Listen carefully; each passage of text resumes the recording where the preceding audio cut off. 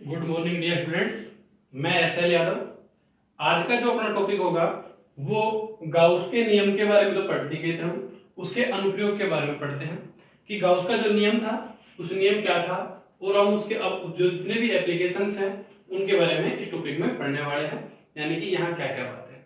देखो, गाउस के मैंने पहले भी कहा था लास्ट में क्लास में भी कि उसके कुछ 5 या 6 जो जितने भी एप्लीकेशन होते हैं उन सब के बारे में हम यहाँ पढ़ेंगे। लेकिन मैंने एक बात कही है कि ये इन एप्लीकेशंस को हम रटने के बजाय समझते हैं। देखो, एक कॉमन सी बात लेके चलते हैं हम, यानी कि मेरे जितने भी ये गाउस के जितने भी 6 के 6 एप्लीकेशंस थे, उन एप्लीकेशंस में मेरा पैटर्न क्या होगा, किस तरीके से मैं 6 के 6 डेरिवेशन एक साथ एक ही फॉर्मूले से प्रूव करने वाला हूं, तो वो मेरा तरीका देख लो एक बार आप। सबसे पहले मेरा काम होगा घनत्व निकालना, यानी कि जब भी मैं कोई टॉपिक पढ़ूंगा तो पढ़ाना है मेरे को, तो मैं सबसे पहले इसको क्या लिखूंगा, घनत्व निकालते हैं। घनत्व निकालने के बाद मेरा दूसरा पॉइंट जो उसका काम करता हूं मैं, वो लगाता हूं मैं विद्युत फ्लक्स की परिभाषा, यानी कि विद्युत फ्लक्स की परिभाषा। घनत्व निकालना है, घनत्व निकालने के बाद अगला जो मेरा काम मेरे को करना है वो क्या करूंगा, मैं विद्युत फ्लक्स की परिभाषा लिखूंगा। और विद्युत फ्लक्स की परिभाषा के बाद में मेरा अगला काम गाउस का नियम लगाना है, और गाउस का नियम लगाने के बाद यहां से एक इक्वेशन विद्युत फ्लक्स की परिभाषा से आती है, सेकंड इक्वेशन मेरे पास गाउस के नियम से आती है। दोनों की मैं कंपैरिजन करता हूं और कंपैरिजन करने के बाद मेरे लास्ट में आंसर आ जाता है। देखो, अब मैं ये 3-4 बातें जो भी है मेरी वो ध्यान रखनी है। घनत्व का मतलब पता होगा आपको, मैंने बताया भी था उस टाइम कि घनत्व 3 तरीके से निकालते थे हम। एक तो रेखीय आवेश घनत्व था, पृष्ठीय आवेश घनत्व है, और तीसरा आयतनिक आवेश घनत्व है। अब देखो, विद्युत फ्लक्स की परिभाषा के लिए मैंने कहा था कि phi = E × ds cos theta, इसका फॉर्मूला बोला था। गाउस का नियम Q परिबद्ध बटे एप्सिलॉन नॉट, मतलब Q अपॉन एप्सिलॉन नॉट, किसकी वैल्यू थी वो, गाउस के नियम की। देखो, पहला एक्सपेरिमेंट इन्होंने क्या कहा है मेरे को कि अनंत लंबाई के रेखीय आवेश के कारण विद्युत क्षेत्र की तीव्रता। पहला क्या है मेरे पास, अनंत लंबाई का कोई भी रेखीय आवेश है, तार भी बोल सकते हैं, यहाँ लंबाई कितनी है उसकी, अनंत लेते हैं। देखो, पहला काम मेरे पास, मैंने एक ये आवेश ले लिया, रेखीय आवेश है तो रेखीय आवेश ले लिया मैंने। अनंत लंबाई का तो मैंने ये कह दिया कितना, ऐसे ही अनंत तक है यहाँ तक। मैंने इसके ऊपर चार्ज मान लिया, आवेशित है भाई, आवेश भी तो है ना ये, तो आवेशित है तो मैंने इसके ऊपर पॉजिटिव चार्ज मान लिया। आप नेगेटिव मान सकते हो, कोई प्रॉब्लम नहीं होगी उससे, मैंने यहाँ पॉजिटिव चार्ज मान लिया है। देखो, अनंत लंबाई का रेखीय आवेश ले चुके हैं, विद्युत क्षेत्र की तीव्रता निकाल ली है। तो देखो, गाउस का नियम जब भी काम में लेते हैं, मैंने एक बात कही थी, गाउसियन पृष्ठ बताया था ना। गाउसियन पृष्ठ एक ऐसा काल्पनिक पृष्ठ लेते थे कि जो भी चालक होता है हमारे पास, जिस भी ऑब्जेक्ट के बारे में हमारे को गाउस का नियम लगाना होता है, उसके आसपास एक ऐसा काल्पनिक पृष्ठ मान लेते हैं जो कि जिसका एरिया हम आसानी से फाइंड कर सके। देखो, यहाँ इस अनंत लंबाई के रेखीय आवेश के कारण मैंने यहाँ एक काल्पनिक पृष्ठ की कल्पना करी। ये मेरे पास क्या है, एक काल्पनिक पृष्ठ की मैंने क्या की है यहाँ कल्पना। यहां तक कोई प्रॉब्लम नहीं होगी सर। काल्पनिक पृष्ठ इस तरीके से, जो कि मैंने एक बेलनाकार काल्पनिक पृष्ठ माना है, ठीक है। यहां तक ये इसकी जो लंबाई है, हम यहाँ इस चालककार के लिए L लंबाई का लेके फिर बात कर रहे हैं। अनंत लंबाई का चालककार था, लेकिन हमने गाउसियन पृष्ठ के लिए लगाया सिर्फ L के लिए, और उस L के बारे में हम यहाँ पढ़ने वाले हैं। तो देखो एक बार, L लंबाई है, गाउसियन पृष्ठ बना चुके हैं हम। इसमें 3 पृष्ठ ले लेते हैं हम। सबसे पहले मेरे पास ये मान लो ये S1 पृष्ठ है, यहाँ कोई भी एक अल्पांश ले लेते हैं हम। देखो, जिस पॉइंट पे हमारे को विद्युत क्षेत्र की तीव्रता निकालनी होती है, ये भी ध्यान रखना है, हमेशा उस बिंदु को गाउसियन पृष्ठ पे लेना है। यानी कि जिस बिंदु पे आप विद्युत क्षेत्र की तीव्रता निकालोगे उसे हमेशा किसके ऊपर लोगे आप, गाउसियन पृष्ठ पे। तो एक पृष्ठ तो मैंने ये ले लिया, S1 बोल देता हूं मैं इसको। दूसरा मेरे पास पृष्ठ मान लो आप ये हो गया, आपके पास S2 बोल दिया। तीसरा इसको बोल सकते हो आप S3, और आपको लेना हो तो और ले सकते हो, यहाँ ले लो, यहाँ ले लो, जहां भी आपकी इच्छा हो। मैं 3 तक अपना काम करता हूं। देखो, गाउसियन पृष्ठ बना चुके हैं हम, बिंदु ले लिया, इस चालकतार से कितनी डिस्टेंस पे लेते हैं हम इसको, r दूरी पे। कितनी दूरी पे है, r डिस्टेंस पे आ गया मेरे पास, जिसको मैंने नाम भी बोल दिया P पॉइंट। कोई दिक्कत है यहाँ तक? देखो, गाउसियन पृष्ठ बनाने के बाद अपना जो कॉमन काम होता है वो सबसे पहले आप एक ही काम करोगे, क्योंकि आपको पता है विद्युत फ्लक्स की जब भी परिभाषा लिखोगे तो E vector dot ds vector, मतलब कि उन दोनों के बीच में cos थीटा की वैल्यू फाइंड करनी है, मतलब एंगल हमारे को चाहिए। तो वो एंगल कैसे फाइंड करते हैं वो देखो यहाँ। सबसे पहले जितने भी पॉइंट आप ले रहे हो, जितने भी पृष्ठ आपने लिए हैं, उन पृष्ठों के ऊपर E और ds दोनों की दिशा बतानी है। आपको पता होगा E का मतलब विद्युत क्षेत्र की तीव्रता होती है। E का मतलब क्या है? विद्युत क्षेत्र की तीव्रता। और विद्युत क्षेत्र की तीव्रता की दिशा कहां से कहां तक होती है? हमेशा धनावेश से ऋणावेश की ओर। सॉरी, विद्युत क्षेत्र की दिशा कहां होती है? धनावेश से दूर और ऋणावेश की ओर। मतलब यहां इस पॉइंट में मैं विद्युत क्षेत्र की तीव्रता निकालता हूं तो ये लो इस दिशा में, क्योंकि जहां तक पॉजिटिव चार्ज था ना, धनावेश से दूर E वेक्टर इस दिशा में। क्षेत्रफल सदिश हमेशा पृष्ठ के लंबवत लिया जाता है, ये पृष्ठ था तो यहां मैंने ds वेक्टर क्षेत्रफल सदिश ले लिया। यहां तक कोई दिक्कत है भाई आपको किसी को? ऐसे ही यहां मैंने कोई पॉइंट फाइंड किया, इस पॉइंट पे देखो विद्युत क्षेत्र की तीव्रता वही धनावेश से दूर, धनावेश से दूर, ये लो E वेक्टर इस डायरेक्शन में आ गया। क्षेत्रफल सदिश ये पृष्ठ है ना, इस पृष्ठ के लंबवत, जैसे आप ऊपर ले लो जैसे आप नीचे, पृष्ठ के लंबवत विद्युत क्षेत्रफल सदिश की दिशा आपने ये ले। कोई दिक्कत है यहाँ तक? आपने ये तो पृष्ठ की कल्पना की है ना, यहाँ देख लो विद्युत क्षेत्र की तीव्रता यानी कि धनावेश से दूर, धनावेश से दूर बताओ E वेक्टर आपके पास इस डायरेक्शन में आ जाएगा नहीं आ जाएगा? दूसरी क्षेत्रफल सदिश पृष्ठ के लंबवत, जैसे आप नीचे ले लो जैसे आप ऊपर लंबवत है, ये लो भाई ds वेक्टर। तीनों की डायरेक्शन ले चुके हम तीनों पॉइंटों पे। देखो यहाँ थीटा की वैल्यू कितनी बन रही है आपके पास? 90 डिग्री। यहाँ थीटा की वैल्यू कितनी बन रही है भाई आपके पास? 0 डिग्री। और यहाँ थीटा की वैल्यू कितनी बन गई आपके पास? 90 डिग्री। कोई दिक्कत है यहाँ तक? चित्र बना चुके हैं। उसके बाद में गाउसियन पृष्ठ की कल्पना की थी, गाउसियन पृष्ठ की मैं कल्पना कर चुका हूं। उसके बाद में मैंने 3 पॉइंट ले लिए, तीनों के ऊपर E वेक्टर और ds वेक्टर की डायरेक्शन बता चुके हैं।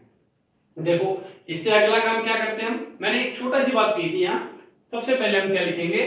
घनत्व। घनत्व लिखना है तो यहाँ देखो अनंत लंबाई के रेखीय आवेश। कैसा आवेश है ये?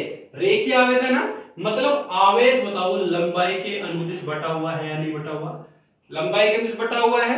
लास्ट वीडियो में बताया था कि अगर आवेश लंबाई के अनुदिश बटा हुआ होता है तो कौन सा आवेश घनत्व लेते हो आप? रेखीय आवेश घनत्व। तो इसलिए आपके पास यहाँ क्या आ जाएगा भाई? रेखीय आवेश घनत्व कितना हो जाएगा? रेखीय आवेश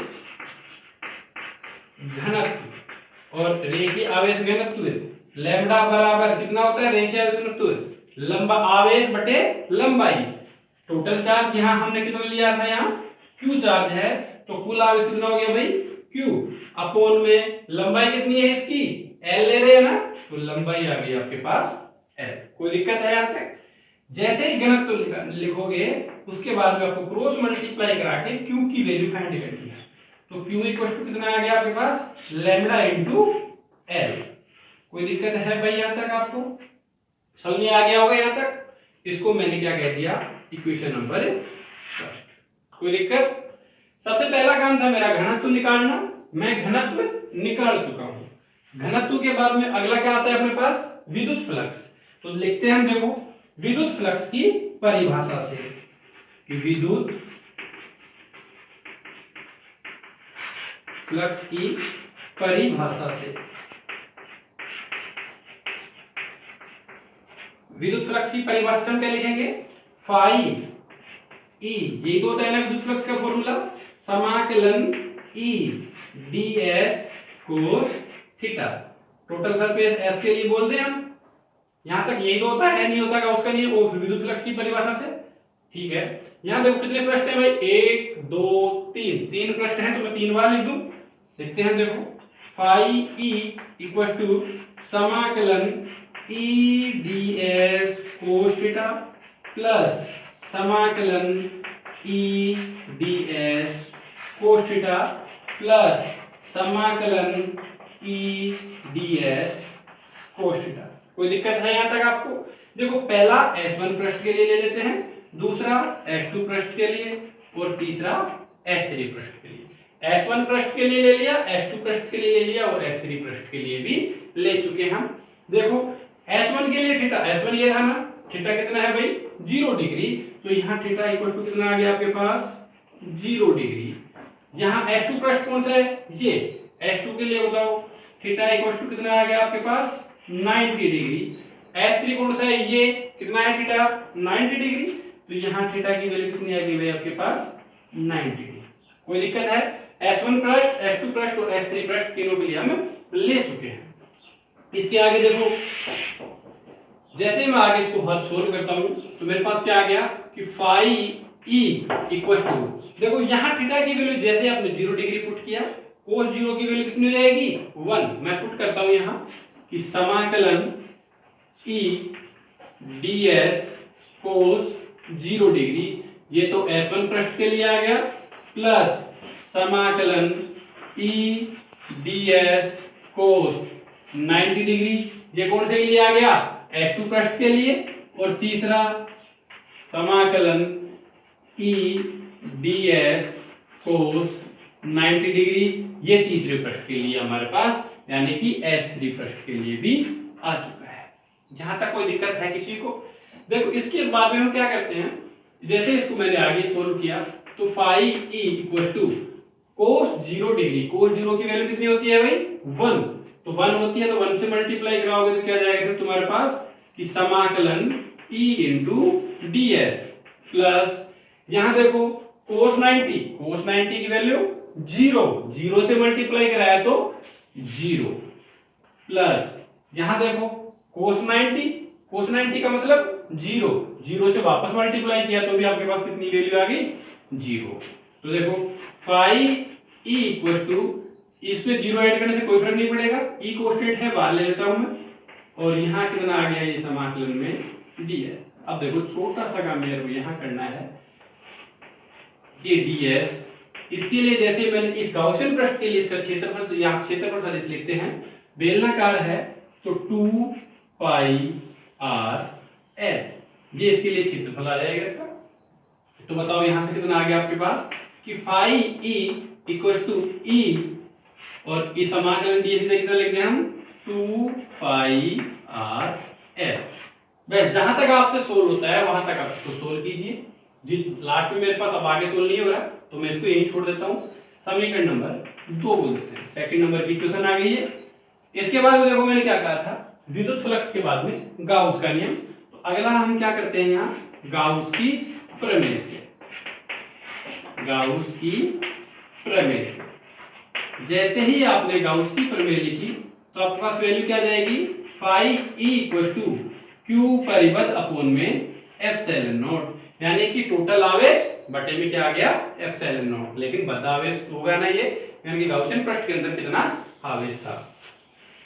देखो phi E equal to q, करना क्या है आपको, यहां जो भी क्यू की वैल्यू आती है हमेशा इस क्यू की वैल्यू आप पहले ही फाइंड कर चुके हो, कर चुका है, कर लिया ना हमने, q equal to lambda into l. तो जब भी यहाँ क्यू पूछे आप यहां से वैल्यू उठा के यहां पुट करनी है, तो वो वैल्यू कितनी आ गई आपके पास लैम्डा इनटू एल अपोन में बताओ एप्सिलॉन नॉट था तो मैंने एप्सिलॉन नॉट लिख दिया ऐसे कैसे। यहां तक कोई दिक्कत है?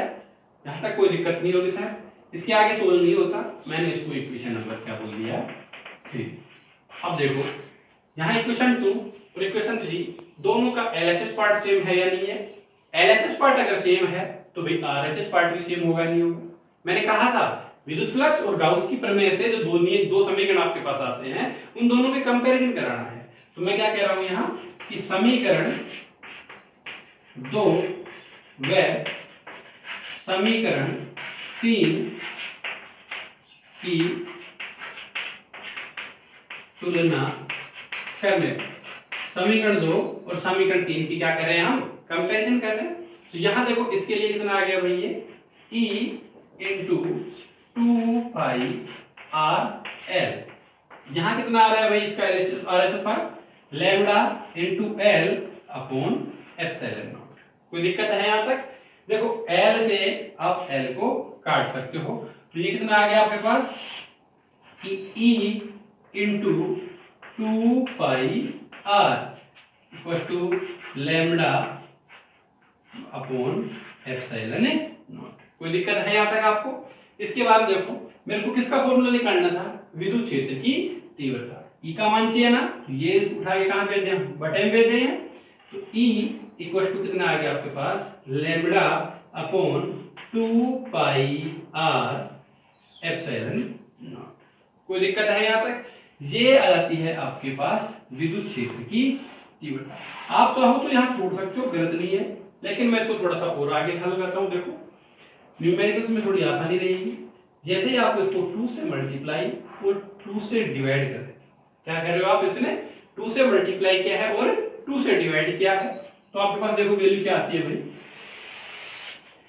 ई तो ऐसे कैसे है ही इक्वल टू 1 अपॉन 2 को 2 से मल्टीप्लाई किया, कितना आ गया आपके पास 4 पाई, पाई है ऐसे कैसे, एप्सिलॉन नॉट को मैं पहले लिख लेता हूं, एप्सिलॉन नॉट पहले आ गया मेरे पास इनटू, देखो ऊपर लैम्डा बचा था ना, वो मुझे किससे मल्टीप्लाई होगा, 2 से, तो ये लो 2 लैम्डा अपॉन में क्या आएगा, एक आर बच गया ना यहाँ, 2 लैम्डा अपॉन आर। कोई दिक्कत है यहाँ तक? चल इतना समझ में आ गया होगा आपको। तो E equal to 1 upon 4 pi epsilon naught, किसकी वैल्यू होती है ये, K की, तो K और ये 2 लैम्डा अपॉन आर है, 2 को मैंने आगे लिख दिया लैम्डा अपॉन आर। कोई दिक्कत है भाई यहाँ तक? समझ में आ गया होगा अच्छे से आपको ये। तो क्या आ गया आपके पास कि E equal to 2K lambda upon r, जिसे मैंने इक्वेशन नंबर फर्स्ट बोल दिया, तो ए बोल दिया। समीकरण नंबर क्या है ये, ए। समीकरण ए अनंत लंबाई के रेखीय आवेश के कारण विद्युत क्षेत्र की तीव्रता को व्यक्त करता है। यहां तक कोई दिक्कत है? देखो छोटा सा काम और करते हैं उसके आगे। जब भी मेरे पास कोई फॉर्मूला आता है, ये जब भी कोई फॉर्मूला फाइंड करवाते हैं यहाँ इस गाउस के नियमों में, तो उसको सदिश रूप में पूछ लेता है कई बार। कोई खास काम नहीं करना आपको, मैं लिख रहा हूं यहाँ एक लाइन कि सदिश रूप में लिखने पर, सदिश रूप में लिखने पर, तो यहां देखो E equal to 2K lambda upon r. आपको क्या करना है, इसके ऊपर वेक्टर का साइन लगाना है और यहां एक n कैप या आप r कैप कुछ भी लिख लो, उससे मल्टीप्लाई कराना है। तो ये इसका कैसा रूप आ गया भाई, सदिश रूप। आप n कैप याद रख लेना, n कैप से हमेशा हम किससे लिखेंगे, n कैप से, तो n कैप से मैंने क्या कर दिया यहाँ मल्टीप्लाई। कोई दिक्कत है यहाँ तक? सदिश रूप में लिख चुके हैं हम। देख लो एक छोटा सा काम साथ साथ ही कर लेते हैं हम। देखो ग्राफ, दूसरा काम क्या करते हैं हम, ग्राफ किसके बीच में, E व R के मध्य, E व R के मध्य ग्राफीय संबंध। E और R के बीच जब आप ग्राफीय संबंध लिखोगे तो देखो यहां से E जो है ना R के इनडायरेक्टली प्रोपोर्शनल है, तो ये लो 1 अपॉन R। और आपको पता होगा शायद व्युत्क्रमानुपाती का ग्राफ कैसा, एक अक्ष की तरफ हमने R ले लिया, एक एक्सिस की तरफ हमने E ले लिया, और दोनों के बीच में जब ग्राफ बनाओगे तो व्युत्क्रमानुपाती का ग्राफ कुछ ऐसे आ जाएगा, इस तरह। कोई दिक्कत है यहाँ तक? वापस सुन लेना मेरे से, पैटर्न मेरा सेम होगा हमेशा। सबसे पहले आपको एक चित्र बनाना है, गाउसियन पृष्ठ की रचना करनी है। गाउसियन पृष्ठ के बाद में आपको घनत्व लिखना है, आवेश घनत्व। आवेश घनत्व के बाद में विद्युत फ्लक्स की परिभाषा, समीकरण एक यहाँ से आएगा, फिर गाउस की प्रमेय लगानी है, एक समीकरण वहां से आएगा, दोनों की कंपैरिजन करनी है और आपका आंसर फाइंड हो जाएगा। यहां तक कोई दिक्कत है आपको? ये जो पहला अनुप्रयोग था वो यहाँ खत्म होता है, ठीक है। इसी के साथ हम दूसरे अनुप्रयोग की बात करते हैं। देखो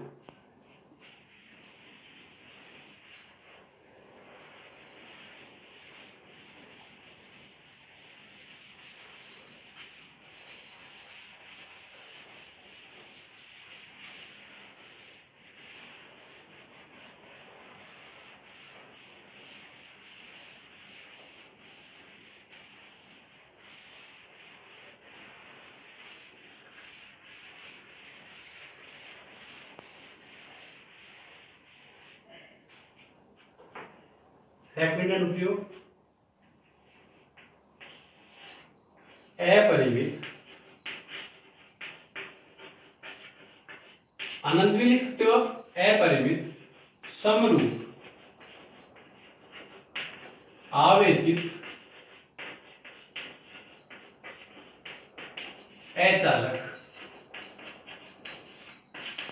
प्लेट के कारण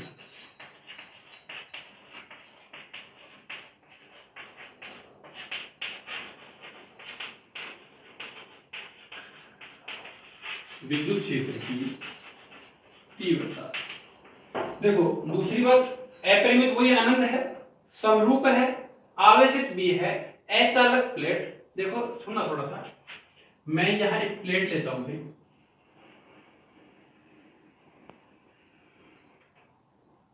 थोड़ी देर के लिए मैंने यहां इस प्लेट की कल्पना कर ली कि ये मेरे पास एक प्लेट है, ठीक है। यहां तक अपरिमित है, समरूप है, समरूप तो है ये, अपरिमित है तो मैंने ये इसको कह दिया कि ये अनंत लंबाई की है, अपरिमित है, सीमित नहीं है, कोई दिक्कत है। आवेशित अचालक, देखो जब भी चालक होगा तो आवेश हमेशा पृष्ठों के ऊपर डिवाइड होगा। चालक के लिए ज्यादातर कंडीशन में क्या लेते हैं हम, आवेशों को पृष्ठ के ऊपर मानते हैं, और अचालक के लिए आवेश को उसके अंदर माना जाता है। अचालक है और आवेशित है तो आवेश को मैंने यहां इसके अंदर हमें कल्पना है कि भाई इसके अंदर कोई भी एक ये आवेश उपस्थित है, ठीक है। यहां पर प्लेट के कारण विद्युत क्षेत्र, देखो इस प्लेट के कारण हमारे को क्या करना है, विद्युत क्षेत्र की तीव्रता फाइंड करनी है। मैं क्या करता हूं, इसके लिए गाउसियन पृष्ठ की कल्पना करते हैं। गाउसियन पृष्ठ ऐसा जिसका कि क्षेत्रफल हम आसानी से फाइंड कर सके। तो देखो मैंने एक गाउसियन पृष्ठ की कल्पना ये है, ये मेरे पास क्या है, एक गाउसियन पृष्ठ है जिसकी हम यहां कल्पना कर रहे हैं।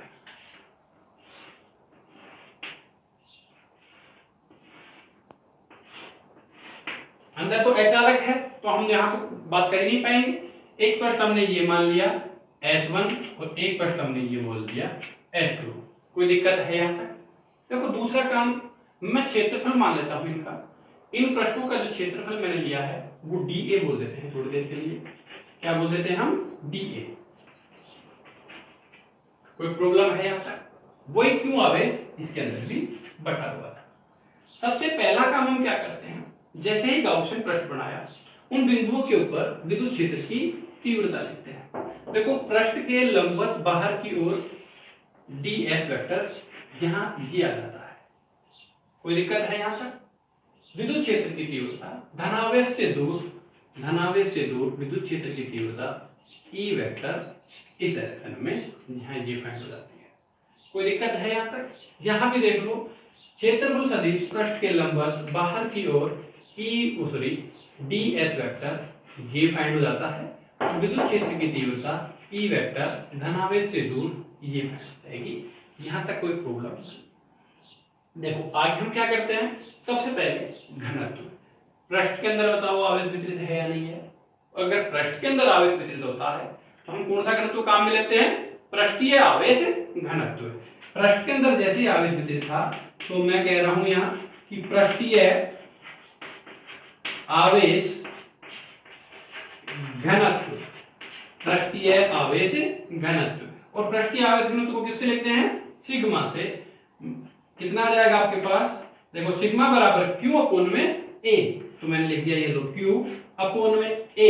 A का मतलब क्षेत्रफल होता है, पट्टिका का क्षेत्रफल हम कितना मान लेते हैं A, तो Q अपोन में A। यहां तक कोई दिक्कत है भाई, वही आपका काम करना है, यहां से क्रॉस मल्टीप्लाई करा के Q equal to sigma into A लिखना है। यहां तक कोई दिक्कत है भाई आपको, जिसको हमने क्या बोल दिया यहाँ, इक्वेशन नंबर फर्स्ट बोल दिया, समझ जाओगे यहां तक।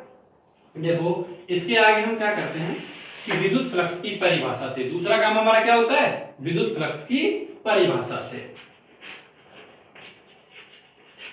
विद्युत फ्लक्स की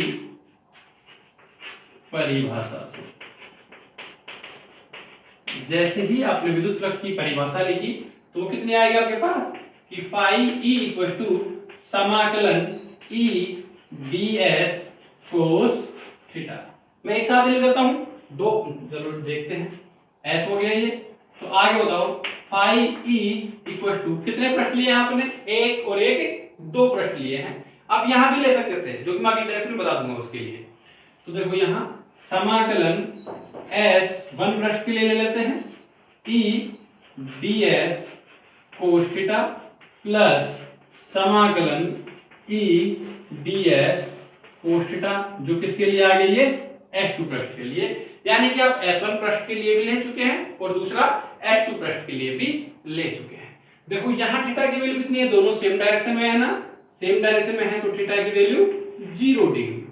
यहां भी बताओ दोनों सेम डायरेक्शन में है या नहीं है, अगर दोनों सेम डायरेक्शन में है तो थीटा की वैल्यू कितनी आ जाएगी भाई, 0 डिग्री।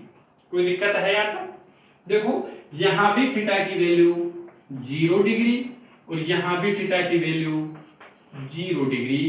कोई दिक्कत है यहाँ तक, समझ जाओगे।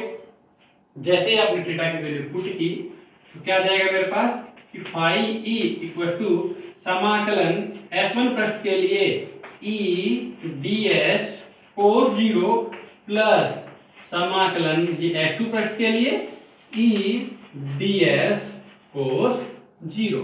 कोस 0 की वैल्यू 1, तो बताओ यहां से फाई ई इक्वल टू 1 हो जाएगा, कोस 0 की वैल्यू कितनी हो जाएगी 1 से मल्टीप्लाई किया तो 1। आपके पास क्या आ गया, ये समाकलन ई इंटू ds प्लस ये भी कोस 0 की वैल्यू 1, तो 1 के लिए ये भी कितना आ जाएगा e इंटू ds, ई ds प्लस ई ds कितना हो गया 2e ds। तो फाई ई इक्वल टू 2 और समाकलन e इंटू ds। कोई दिक्कत है यहां तक? देखो फाई e इक्वल टू 2 तो बाहर आ गया, e भी कांस्टेंट था बाहर ले लिया मैंने, समाकलन में कितना आ गया भाई ds। देखो यहां समाकलन ds बराबर बताओ टोटल क्षेत्रफल, तो a आ जाएगा नहीं आ जाएगा मेरे पास, क्योंकि हमने a लिया है तो मैंने यहां कितना लिख दिया a। तो phi e equal to 2e, इसकी जगह क्या लिख देंगे हम a, तो ये लो 2e a। इक्वेशन नंबर 2 बोल दे क्या, समझ जाओगे यहां तक। जैसे समीकरण नंबर 2 लिखा, पहला काम हो गया हमारा, घनत्व निकाल लिया, विद्युत फ्लक्स निकाल चुके हैं। अब अगला क्या काम आता है हमारे पास, गाउस की प्रमेय लिखते हैं हम। देखो गाउस की प्रमेय से, गाउस की प्रमेय से जैसे ही आपने गाउस की प्रमेय लिखी, क्या आती है गाउस की प्रमेय कि phi E equal to Q upon epsilon not. कोई दिक्कत है? फाई ई इक्वल टू कितना आ गया भाई आपके पास, क्यू अपॉन एप्सिलॉन नॉट। अगला काम क्या करते थे हम, इस क्यू की वैल्यू हम स्टार्टिंग में फाइंड कर चुके हैं, उसको यहां लाके पुट करेंगे ना। जैसे ही आपने यहां से इसको पुट किया तो फाई ई इक्वल टू इस क्यू की जगह क्या लिख दें, sigma into A, sigma A upon epsilon not. इसको हम कितना दे देते हैं, समीकरण 3। कितनी इक्वेशन आ गया भाई, 3। अगला काम क्या था हमारा, इक्वेशन 2 और इक्वेशन जो 3 होती थी उनकी कंपैरिजन करते हैं।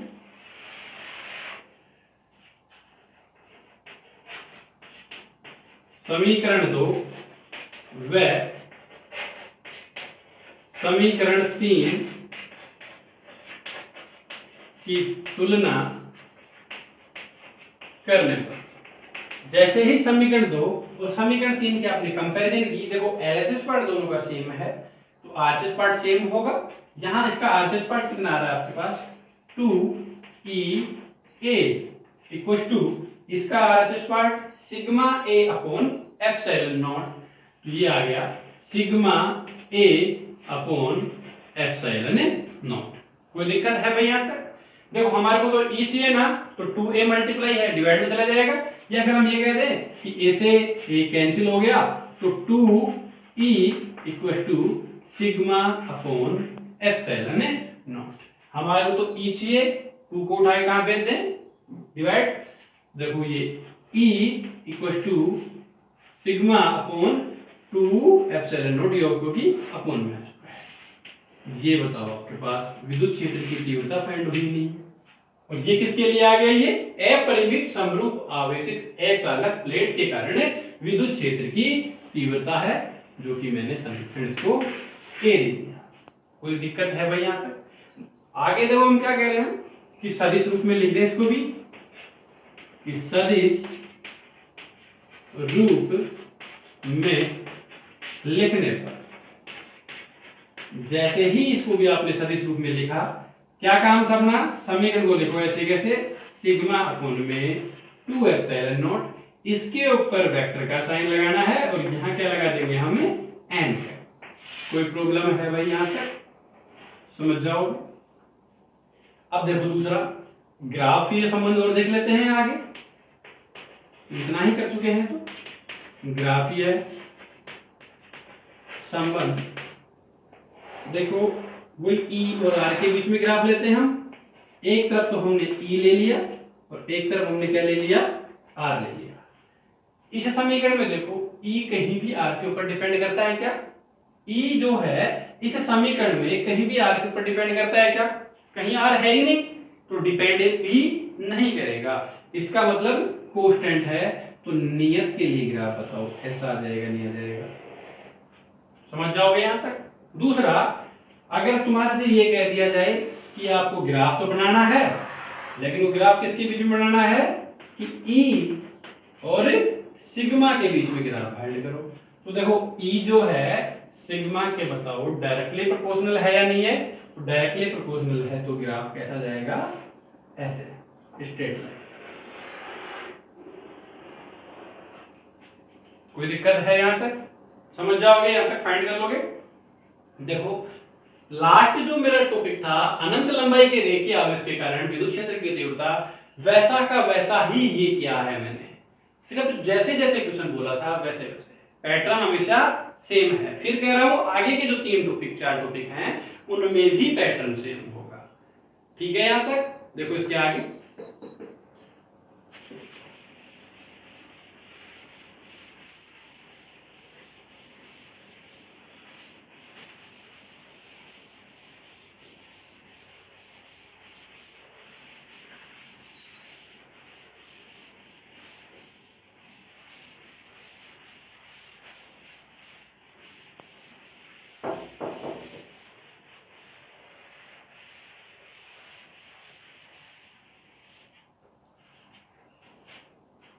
तीसरा पॉइंट, अपरिमित समरूप आवेशित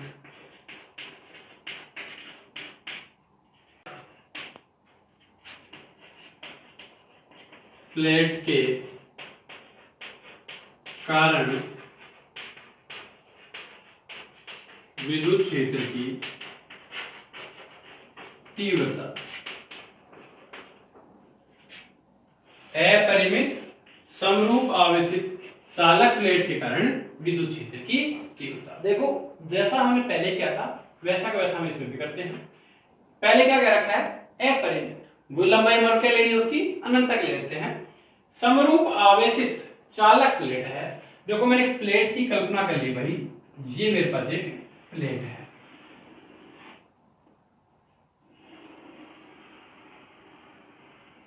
बताओ समरूप है या नहीं है? आवेशित, आवेशित के लिए देख लो, मैंने इसको भी कह दिया, ये लो पॉजिटिव चार्ज है।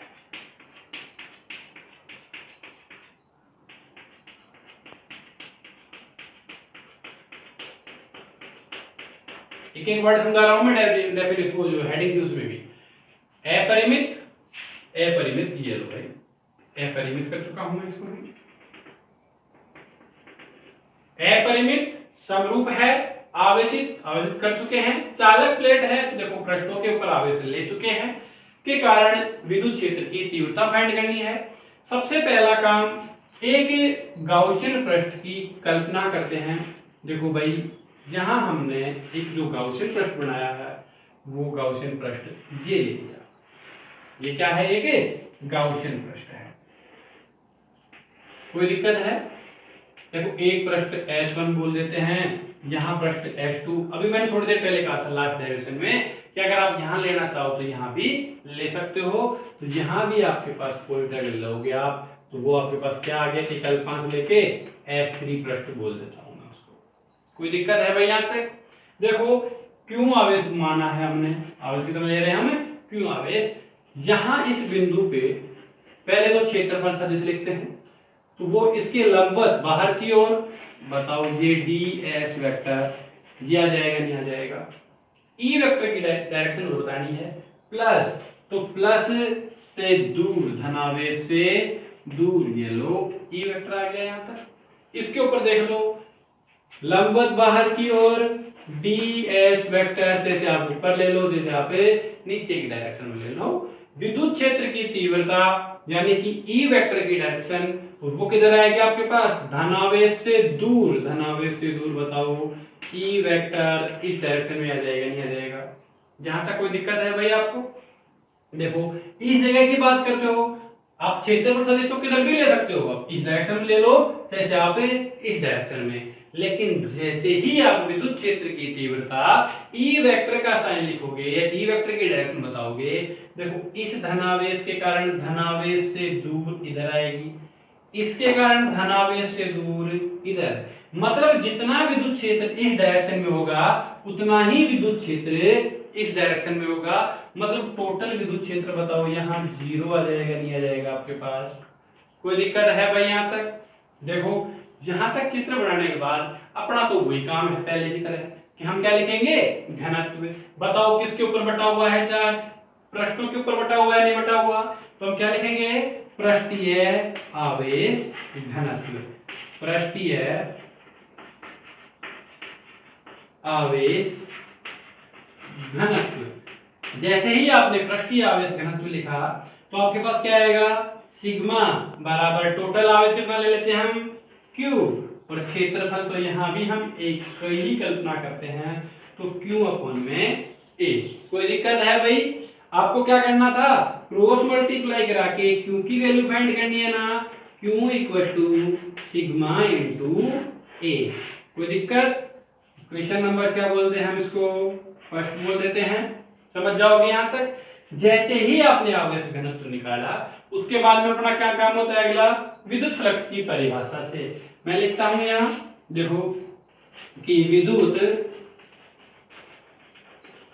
फ्लक्स की परिभाषा से, विद्युत फ्लक्स की परिभाषा से। जैसे ही विद्युत फ्लक्स की परिभाषा आई आपके पास कि तो फाई ई इक्वल टू समाकलन ई d s cos theta, S पृष्ठ के लिए ले लेते हैं हम यहां तक।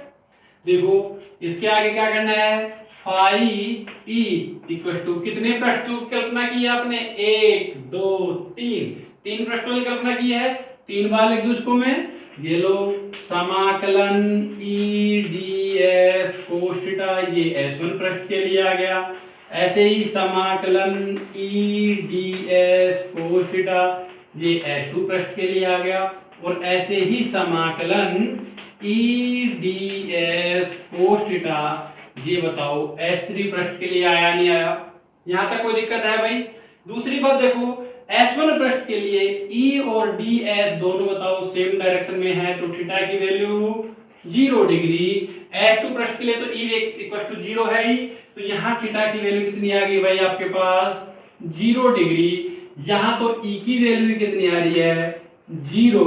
और S3 पृष्ठ के लिए देखो दोनों के बीच में थीटा की वैल्यू कितनी आ रही है, 90 डिग्री। तो बताओ इस जगह आप थीटा इक्वल टू 90 डिग्री लिख सकते हो या नहीं लिख सकते? कोई दिक्कत? आगे इन वैल्यू को पुट करते हैं तो देखो हमारे पास क्या आ गया, फाई ई इक्वल टू समाकलन ई डी एस कोस 0, थीटा की जगह कितना लिख दिया हमने 0, प्लस समाकलन ई की जगह कितना लिख दिया 0 into D s cos theta, plus इसमें कितना लिख दिया भाई समाकलन ई डी एस कोस 90। कोई दिक्कत है यहां तक? आगे देखो phi E equal to e d s cos theta, cos theta, theta की देखो वैल्यू 0 है ना, कोस जीरो की वैल्यू कितनी हो गई 1 से मल्टीप्लाई कराओगे तो वही क्या जाएगा e into D S plus zero से मल्टीप्लाई कराया तो टोटल वैल्यू 0 प्लस कोस 90 की वैल्यू 0 कोस 90 जीरो से मल्टीप्लाई कराओगे तो भी वैल्यू कितनी जाएगी भाई 0। कोई दिक्कत है भाई यहां तक? आगे देखो phi e equal to 0 plus 0 इसमें ऐड करोगे कोई फर्क नहीं पड़ेगा, e कांस्टेंट था मैंने बाहर ले लिया, समाकलन में कितना आ गया आपके पास वापस से ds। क्या लिख दोगे आप? आपको पता था इतना तो कि समाकलन ds इक्वल टू कितना लेके चले हैं टोटल a, तो आपके पास क्या वैल्यू आ गई भाई यहां तक phi e equal to e into a। कोई दिक्कत है यहां तक? इक्वेशन नंबर 2 बोल दे क्या हो गया समीकरण नंबर 2। अगला काम क्या होता है हमारे पास गाउस का नियम, तो हम क्या कह रहे हैं यहां गाउस की प्रमेय से, गाउस की प्रमेय से। देखो सुनो गाउस की प्रमेय क्या थी phi e equal to Q upon epsilon not.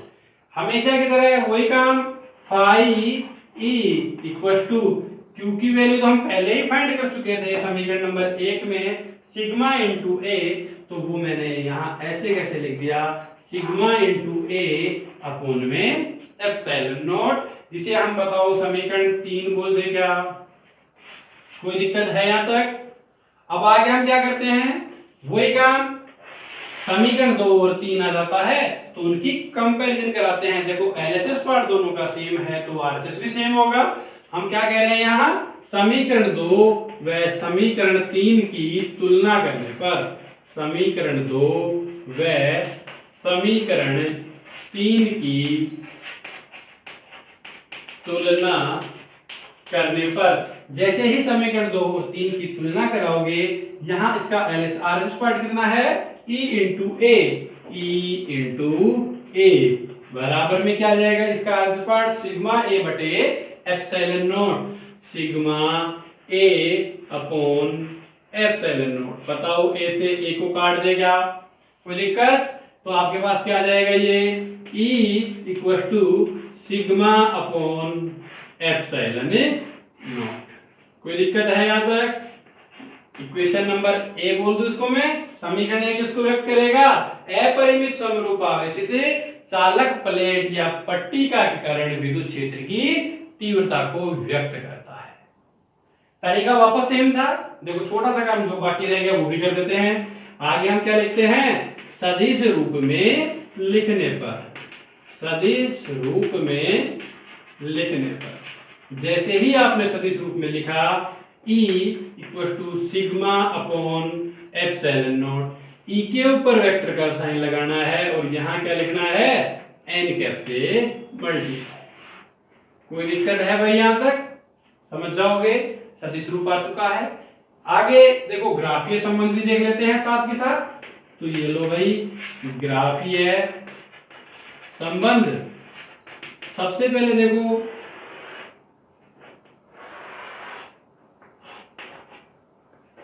एक तो E ले लेते हैं, एक तरफ क्या ले लेते हैं R। E R के ऊपर डिपेंड करता है क्या? है ही नहीं फॉर्मूले में तो डिपेंड भी नहीं करेगा। कांस्टेंट के लिए ग्राफ बताओ ऐसा आ जाएगा नहीं आ जाएगा? दूसरा ग्राफ अभी थोड़ी देर पहले भी बनाया था आपने लास्ट डेरिवेशन में भी, तो यहाँ कितना आ जाएगा E वेक्टर एक तरफ तो और एक तरफ क्या आ गया सिग्मा। तो देखो E जो है सिग्मा के बताओ डायरेक्टली प्रोपोर्शनल है क्या? डायरेक्टली प्रोपोर्शनल होता है तो ग्राफ कैसा जाएगा इस तरीके से। कोई दिक्कत है? जो मेरी लास्ट 2 डेरिवेशन में मैंने किया है वो का वही यहाँ तीसरी डेरिवेशन में भी किया है। मतलब कि गाउस के कितने अनुप्रयोग खत्म हो गए हमारे पास 3 अनुप्रयोग। देखो अब जो 3 आएंगे 2 अनुप्रयोग तो सेम है, गोलीय कोष के लिए और चालक गोले के लिए 2 अनुप्रयोग बिल्कुल सेम है, कोई अक्षर चेंज नहीं करना।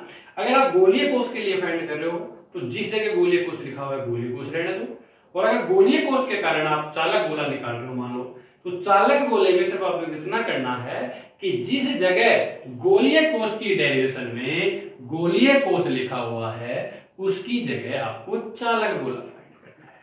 कोई दिक्कत है यहां तक? देखते हैं, हम हटाते हैं इनको सबको।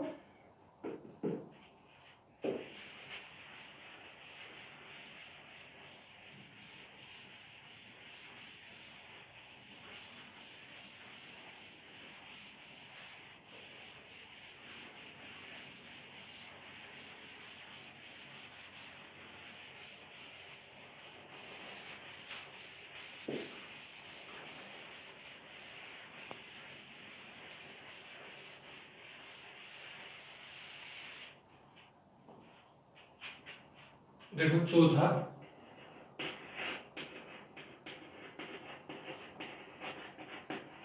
एक समान आवेशित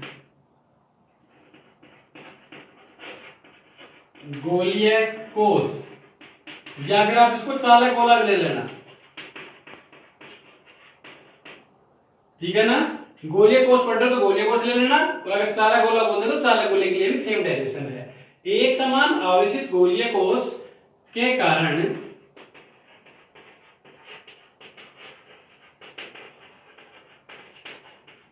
विद्युत क्षेत्र की तीव्रता,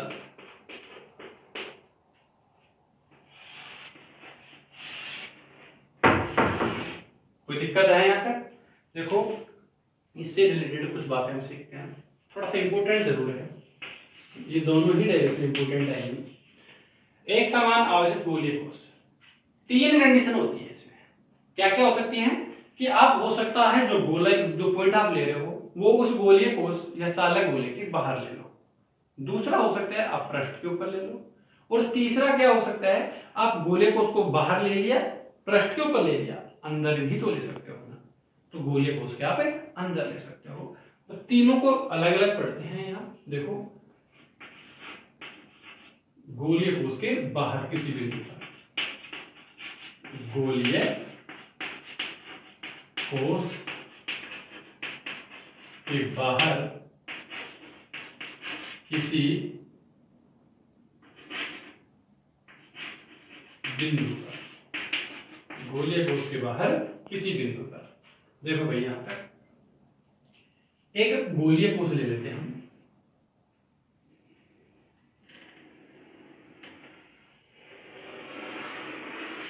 ठीक है, ये इसका सेंटर है, रेडियस हम इसकी कैपिटल आर को लेते हैं, कितनी त्रिज्या ले लेते हैं हम? Capital R. आवेशित है, आवेशित है तो टोटल के ऊपर हमने चार्ज बता दिया यहाँ, प्लस इसके ऊपर आवेश है, ठीक है, क्यू बोल देते हैं हम इसको, कोई दिक्कत है यहाँ पर? गोलीय कोष के बाहर किसी बिंदु पर, मैंने इस गोलीय कोष के केंद्र से स्मॉल आर दूरी पे गया, यहाँ एक बिंदु ले लिया, इसको पी बोलते हैं। मैंने हमेशा कहा है गाउसियन पृष्ठ हमेशा जो जिस पॉइंट पे हमारे को विद्युत क्षेत्र की तीव्रता ज्ञात करनी है वो हमेशा किसके ऊपर रहेगा? गाउसियन पृष्ठ पे। तो देखो यहाँ बिंदु पी पे हमने एक बिंदु पी के लिए इस तरीके से हमने एक गाउसियन पृष्ठ की कल्पना कर दी, कोई दिक्कत है? वही गोला है, बिंदु पी ले लिया। अब आपका काम क्या था?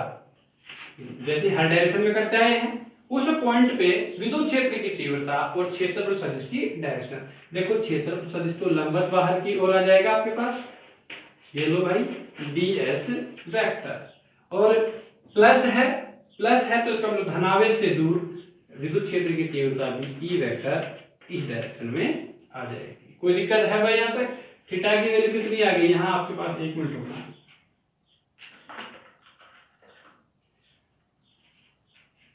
थीटा की वैल्यू कितनी आ गई आपके पास? 0 डिग्री। गाउसियन पृष्ठ बना चुके हैं, चित्र आ गया हमारे पास।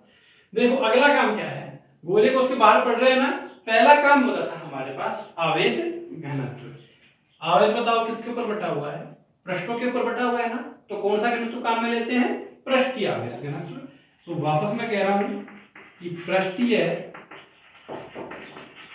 आवेश घनत्व, पृष्ठीय आवेश घनत्व, और वो कितना जाएगा पृष्ठीय आवेश घनत्व? सिग्मा बराबर क्यू अपॉन में ए।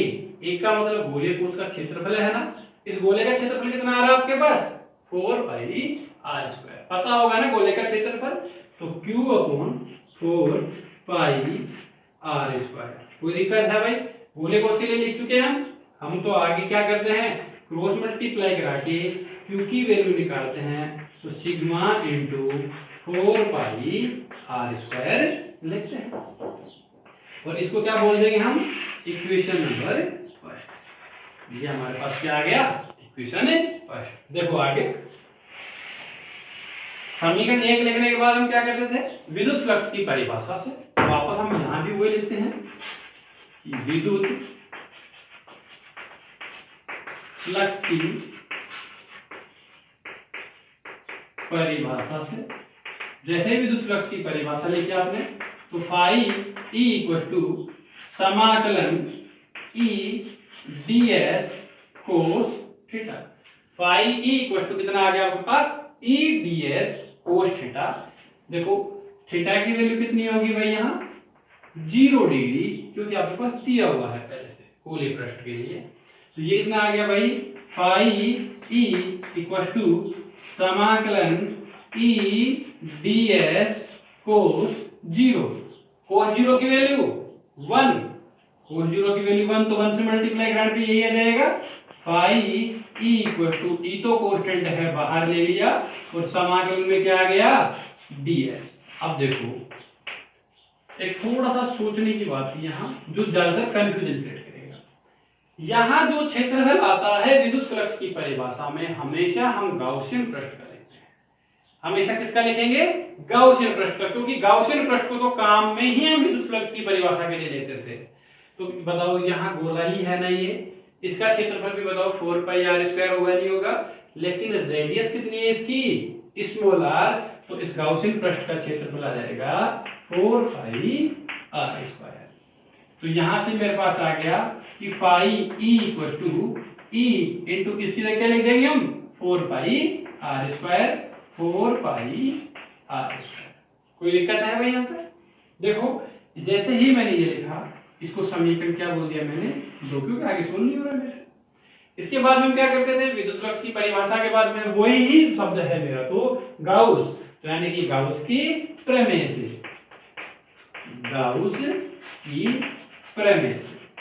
और बताओ गाउस की प्रमेय क्या होती है भाई, कि phi E equal to Q upon epsilon naught. क्या जाएगा, phi E equal to Q upon epsilon naught. क्या करना है, इस क्यू की वैल्यू तो बताओ सबसे पहले ही फाइंड किया था हमने, क्यू इक्वल टू कितना आ गया, sigma into 4 pi are square. Put कर दूं मैं ऐसे कैसे, तो ये लो भाई, फाई ई इक्वल टू इस क्यू की जगह sigma into 4 pi are square upon में कितना आ गया, ये एप्सिलॉन नॉट था ही, तो एप्सिलॉन नॉट। इक्वेशन नंबर 3 बोल दूं क्या मैं इसको? कोई दिक्कत है भाई यहाँ तक आपको समझ में आ गया होगा शायद ये। देखो इसके बाद में क्या करते थे तुम, समीकरण 2 और 3 की कंपैरिजन करते हैं। मैं वापस लिखता हूं, समीकरण 2 व समीकरण 3 की तुलना करने पर, जैसे ही आपने तुलना की, देखो LHS पार्ट सेम है तो RHS पार्ट भी सेम होगा नहीं होगा। क्या आ रहा था यहाँ इसका LHS पार्ट, कि E into 4 pi are square equal to, इसका LHS पार्ट कितना आ रहा है, sigma into 4 pi are square upon epsilon naught, sigma into 4 pi are square upon epsilon not. कोई दिक्कत है भाई यहाँ पर? देखो E sigma into 4 pi are square upon में एप्सिलॉन नॉट। देखो भाई 4 पाई से बताओ 4 पाई कट जाएगा नहीं कट जाएगा, कट सकता है। क्या आ गया आपके पास, कि E into R square equal to sigma upon epsilon not R square. बताओ ये बचेगा नहीं बचेगा? कोई दिक्कत है यहाँ तक? जैसे ही आपने यहां से ई की वैल्यू निकालनी है, तो ई ये आर स्क्वायर बताओ डिवाइड चला जाएगा ना, sigma upon epsilon naught into R square, और ये अपॉन में आएगा तो आर स्क्वायर। कोई दिक्कत है यहाँ तक? सिग्मा अपॉन में epsilon naught into R square, ये आपके पास एक वैल्यू फाइंड हो जाती है। कोई दिक्कत है? इसको इक्वेशन नंबर हम ए बोल देते हैं। समझ जाओगे यहां तक? देखो इसके बाद में हम क्या करेंगे, सदिश रूप में लिखने का। जैसे ही इसको भी आपने सदिश रूप में लिखा, सदिश रूप में लिखेंगे तो E equal to sigma upon epsilon not R square upon small R square. समझ जाओगे यहां तक? इसके ऊपर क्या करना है, वेक्टर का साइन लगाना है और यहां क्या लिखना है, एन कैप। तो ये कैसा रूप आ गया भाई, सदिश रूप। देखो ग्राफ इसका जो होता है तीनों का एक साथ पढ़ाएंगे तुम, तीनों कंडीशनों का। यहां तक समझ में आ गया होगा शायद ये। देखो कई बार कुछ न्यूमेरिकल्स में ये वैल्यू नहीं देता, तो उस जगह हम क्या करेंगे, सबसे पहले जो वैल्यू आपके पास नहीं दी हुई है इसका एक फॉर्मूला और पूछते हैं कई बार, वो हम देखते हैं वो क्या है, किस तरीके से हम उसको फाइंड करेंगे। मैं यहीं से लिख देता हूं, सिग्मा अपॉन में epsilon naught into R square बटे में स्मॉल आर स्क्वायर। देखो यहां सिग्मा की वैल्यू बताओ स्टार्टिंग में दी हुई थी नहीं हुई थी, कि q upon 4 pi are square. मैं लिखता हूं, देखा एक बार, तो E इक्वल टू, इस सिग्मा की जगह हम क्या लिखते हैं, q upon 4 pi are square. और बताओ इसके डिवाइड में पहले से एप्सिलॉन नॉट था या नहीं था, एप्सिलॉन नॉट, और क्या बच गया आपके पास, R square upon small R square. जो वैल्यू यहां थी वो सारी मैंने ऐसे कैसे लिखी है, बस सिग्मा की वैल्यू समीकरण नंबर 1 से उठा के लेके आया। आर स्क्वायर से बताओ, आर स्क्वायर कैंसिल होता है नहीं होता, जैसे ही ये कैंसिल होता है तो ई की वैल्यू कितनी बच गई आपके पास, 1 upon 4 pi epsilon naught, 4 pi epsilon naught into ये कितना है, q अपॉन में R square. 1 upon 4 pi epsilon naught किसकी वैल्यू होती है भाई, k की। तो मैंने यहां लिख दिया कि E equal to k q upon R square, और इसे क्या कह दिया मैंने, इक्वेशन बी। कोई दिक्कत है? समीकरण क्या है वो मेरे पास, बी। वो भी इसी का फॉर्मूला है, गोले कोष के बाहर किसी बिंदु पर विद्युत क्षेत्र की तीव्रता का। समझ में आ जाएगा यहाँ पे? देखो दूसरा पॉइंट, जैसे पहला पॉइंट पढ़ चुके हो आप, उसी तरीके से दूसरा, गोलीय कोष के बाहर किसी बिंदु पर लिया है। मैं लिख रहा हूं आगे दूसरे पॉइंट में, गोलीय कोष के पृष्ठ पर किसी बिंदु पर, गोले कोष के पृष्ठ पे किसी बिंदु पे, देखो अलग से चित्र न बना के मैं इसी में करते हैं। यहां बताओ ये पृष्ठ है या नहीं है, इस पॉइंट P को आप यहां से उठा के यहां लेके आना है, पॉइंट P को यहां से उठा के यहां लेके आना है, यहां। बाकी सारी कंडीशन वो की वो है। तो बताओ स्मॉल आर, ये डिस्टेंस हो जाएगी नहीं हो जाएगी, ये और ये दोनों एक दूसरे के इक्वल है या नहीं है। पृष्ठ की बात करोगे तो आपके पास कैपिटल आर जो है वो बताओ स्मॉल आर के इक्वल आ गया क्या, क्योंकि इस बिंदु को जैसे ही आपने यहां से उठाया यहां रखा तो ये डिस्टेंस और ये डिस्टेंस, गोले की त्रिज्या या वृत्त की त्रिज्या हमेशा बराबर होती है, तो ये त्रिज्या ही तो है दोनों की। तो बताओ कैपिटल आर और स्मॉल आर बराबर हो जाएंगे नहीं हो जाएंगे। नई डेरिवेशन न करके मैं इसी को आगे बढ़ाता हूं। देखो मैं क्या कह रहा हूं, अतः समीकरण ए से, अतः समीकरण ए से जैसे ही आपने समीकरण ए की बात की तो आपके पास क्या आ गया, E equal to sigma upon epsilon not R square upon small R square. आपको क्या करना है, स्मॉल आर की जगह क्या लेना है, कैपिटल आर।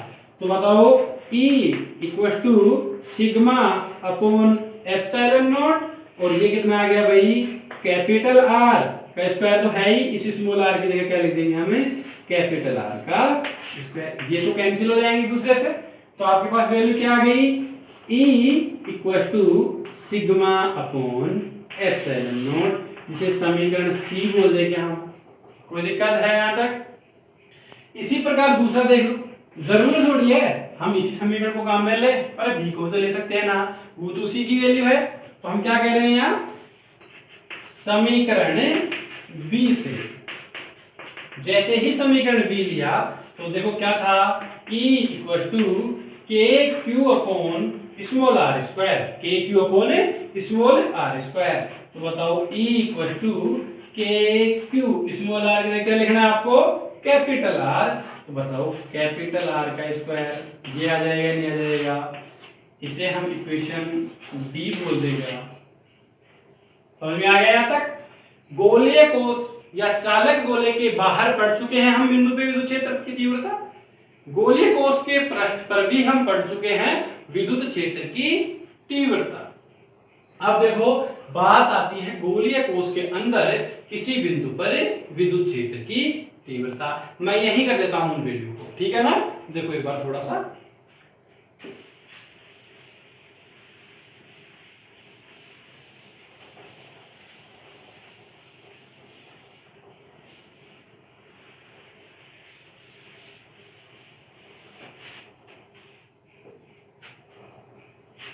तीसरा पॉइंट है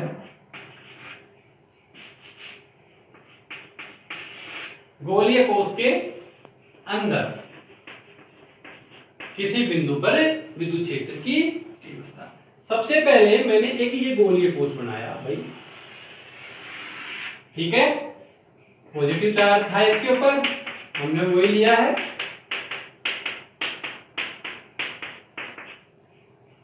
रेडियस कितनी थी भाई इसकी, कैपिटल आर। इसके अंदर कोई एक पॉइंट ले लिया हमने पी, यहां इसके लिए हमने एक गाउसियन पृष्ठ बनाना था, वो गाउसियन पृष्ठ बना चुके हैं हम। ये कितनी डिस्टेंस पे है, ये स्मॉल आर डिस्टेंस पे।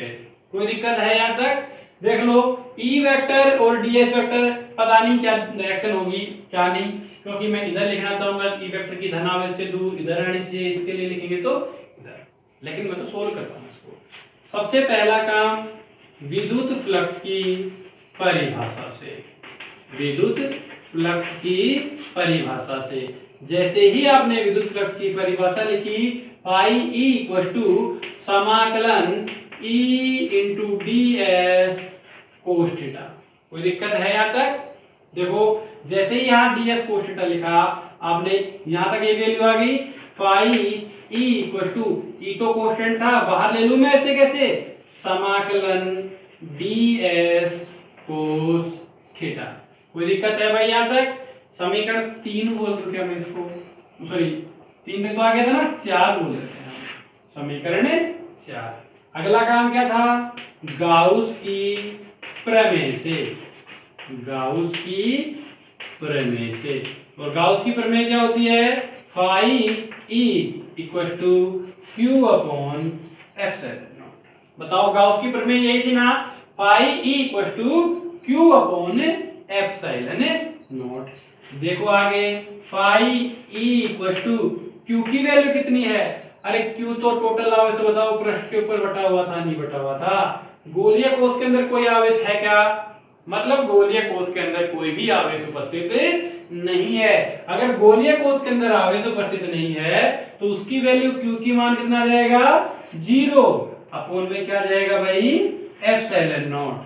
0 में एप्सिलॉन नॉट को भाग दोगे तो बताओ फाई ई इक्वल टू कितना आ गया आपके पास, 0, जिसे इक्वेशन नंबर 5 बोल देंगे हम। कोई दिक्कत है यहां तक। आगे क्या करना था, इन दोनों की तुलना करनी है।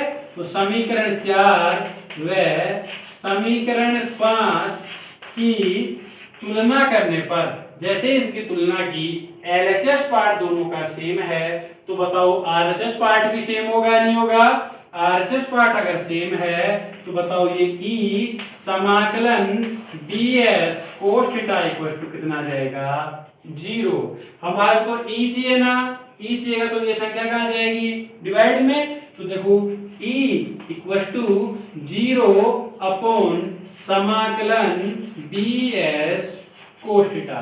जैसे ही 0 में आप ds कोस थीटा का भाग दोगे, आपके पास वैल्यू कितनी आ जाएगी भाई, e इक्वल टू 0, जिसे हम समीकरण बताओ e बोल देगा।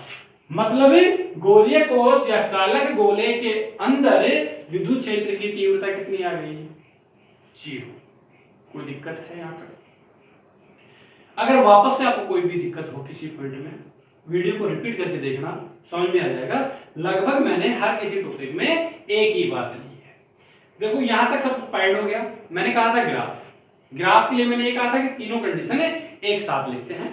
देखो मैं तीनों के फॉर्मूले लिख देता हूं यहां, फिर उसके बाद में हम अच्छे से फाइंड कर लेंगे।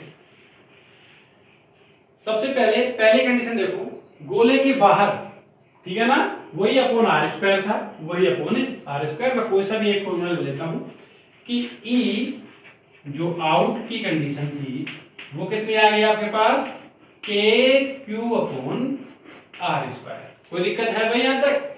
दूसरा सरफेस की बात करते हो तो ई ऑन इक्वल टू कितना है आपके पास, के Q upon capital R square. और ई इन की बात करते हो तो वो वैल्यू कितनी आ गई आपके पास, 0। इन तीनों के आधार पे अब मैं ग्राफ बनाता हूं, उठाता हूं इनको।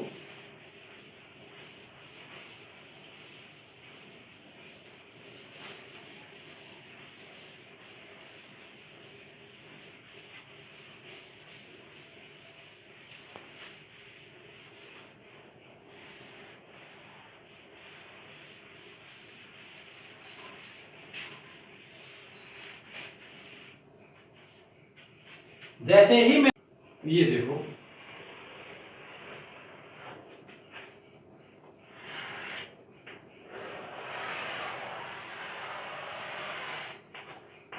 आर ले लेते हैं इस एक्सिस पे, ठीक है। इस एक्सिस के लिए हम ई ले लेते हैं, कोई दिक्कत है यहां तक? एक पॉइंट यहां ऐसा लेता हूं मैं जहां स्मॉल आर और कैपिटल आर दोनों इक्वल है। यहां भी एक पॉइंट ऐसा ही फाइंड कर लिया मैंने कि स्मॉल आर और कैपिटल आर दोनों एक दूसरे कैसे हैं, इक्वल, ठीक है ना। मतलब ये कंडीशन होगी पृष्ठ वाली। और यहां कितना आ गया, r इक्वल टू 0, मतलब केंद्र पॉइंट है, सेंटर पॉइंट है। देखो पहले मैं बीच वाले की बात कर लूं, ऑन की, कहीं भी डिपेंड करता है क्या स्मॉल आर के ऊपर? ये के क्यू बटे capital R square small R के ऊपर डिपेंड नहीं करता। इनके लिए ये वैल्यू कुछ इस तरीके से कांस्टेंट मान लेते हैं। कोई दिक्कत है भाई यहां तक? ठीक है। आउट जैसे अगर यहां से आप इसके आगे आओगे तो आर की वैल्यू तो कैपिटल आर से बढ़ती जाएगी ना। स्मॉल आर जो है वो greater than for capital R. इधर जाओगे तो भी स्मॉल आर जो है वो greater than for a capital R. उस कंडीशन में बाहर की बात ये आ गई, बताओ व्युत्क्रमानुपाती है या नहीं है। इनडायरेक्टली प्रोपोर्शनल के लिए बताओ आपके पास जो ग्राफ बढ़ेगा वो कुछ इस तरीके से बढ़ जाएगा क्या? यहां भी इनडायरेक्टली प्रोपोर्शनल के लिए बताओ ग्राफ इस तरीके से बढ़ जाएगा नहीं बढ़ जाएगा? अंदर देखो आर की वैल्यू अब यहां क्या है, capital R greater than for small R, capital R greater than for small R. जैसे ही इधर आओगे तो वैल्यू घटेगी, यहां वैल्यू कितनी आ जाएगी आपके पास, 0, क्योंकि अंदर तो क्या था हमारे पास वैल्यू 0। भाई ये ग्राफ बन जाता है जो कि आपका क्या है, एक ग्राफ के संबंध है। समझ में आ गया होगा यहां तक शायद? देखो यहां तक समझ में आ जाता है तो यही चौथी डेरिवेशन है और इसी को हम क्या कह देते हैं, पांचवी। अगर आवेशित गोलीय कोश ले लेते हो तो चौथी हो गई, और चालक गोला ले लेते हो तो उसी के लिए क्या आ गया हमारे पास, पांचवा। दो डेरिवेशन यहां तक आ जाती है। तो गाउस के कितने अनुप्रयोग हो गए, 5, यानी कि उसके कितने एप्लीकेशन पढ़ चुके हैं हम, 5। अब देखो एक लास्ट एप्लीकेशन बचता है, उसकी ओर बात करते हैं हम। ऐसा कैसा ही है, एक समान आवेशित गोलीय कोश या चालक गोला, उसकी जगह हम क्या ले लेंगे, अचालक गोला। देखते हैं हम।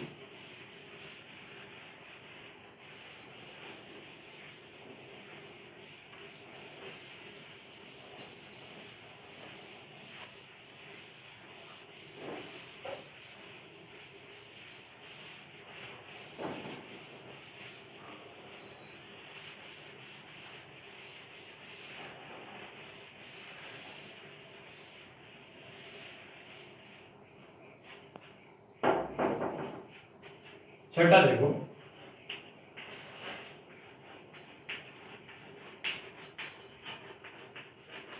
एक समान आवेशित अचालक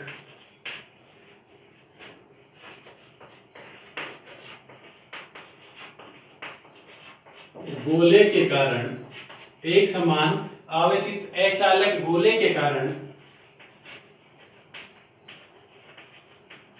विद्युत क्षेत्र की तीव्रता, एक समान आवेशित अचालक गोले के कारण विद्युत क्षेत्र की तीव्रता। देखो वही जैसे अभी तुमने चालक गोला पढ़ा, उसी के अकॉर्डिंग इसमें एक अचालक गोला लेते हैं। कंडीशन तो वही तीन है, बाहर, पृष्ठ पर और अंदर। पहला सुन लो,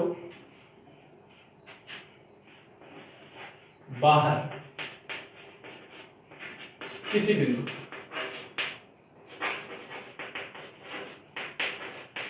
यानी कि गोले के बाहर कोई बिंदु लेते हैं, उस बिंदु की बात करते हैं। सबसे पहले एक समान आवेशित अचालक गोला। देखो एक एक वर्ड सुनो, एक समान आवेशित, ये एक गोला ले लेंगे हम, कैसा है, एक समान है, आवेशित अचालक, अचालक है तो आवेश कहां होगा, अंदर, आवेशित है तो इसके अंदर बताओ चार्ज यहां डिस्ट्रीब्यूट हो जाएगा, ये वाला। कोई दिक्कत है भाई? इसकी रेडियस कैपिटल आर बोल देता हूं मैं, क्या बोल देते हैं हम इसकी रेडियस, कैपिटल आर। देखो बाहर किसी बिंदु पर, यहां से हम गोले के बाहर जाते हैं, स्मॉल आर दूरी पे कोई बिंदु पी ले लेते हैं और उस बिंदु पी पे एक गाउसियन पृष्ठ की कल्पना कर लेते हैं।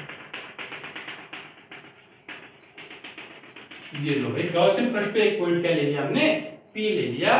कितने डिस्टेंस पे है, स्मॉल आर डिस्टेंस पे। चार्ज कितना है इसके ऊपर भी, क्यू ही चार्ज है।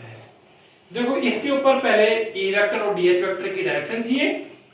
विद्युत क्षेत्र की तीव्रता धनावेश से दूर, ये लो भाई, ई वेक्टर इस डायरेक्शन में जाएगा। क्षेत्रफल सदिश पृष्ठ के लंबवत, बाहर की ओर लंबवत लिखोगे तो ये लो भाई डीएस वेक्टर। थीटा की वैल्यू कितनी आ गई यहाँ भी आपके पास, 0 डिग्री। समझ जाओगे? थोड़ा सा हार्ड पड़ता है, ध्यान रखना, थोड़ा सा टफ होता है, उनसे थोड़ा हटके भी है, कोशिश करना समझने की, मैं आसानी समझाता हूं।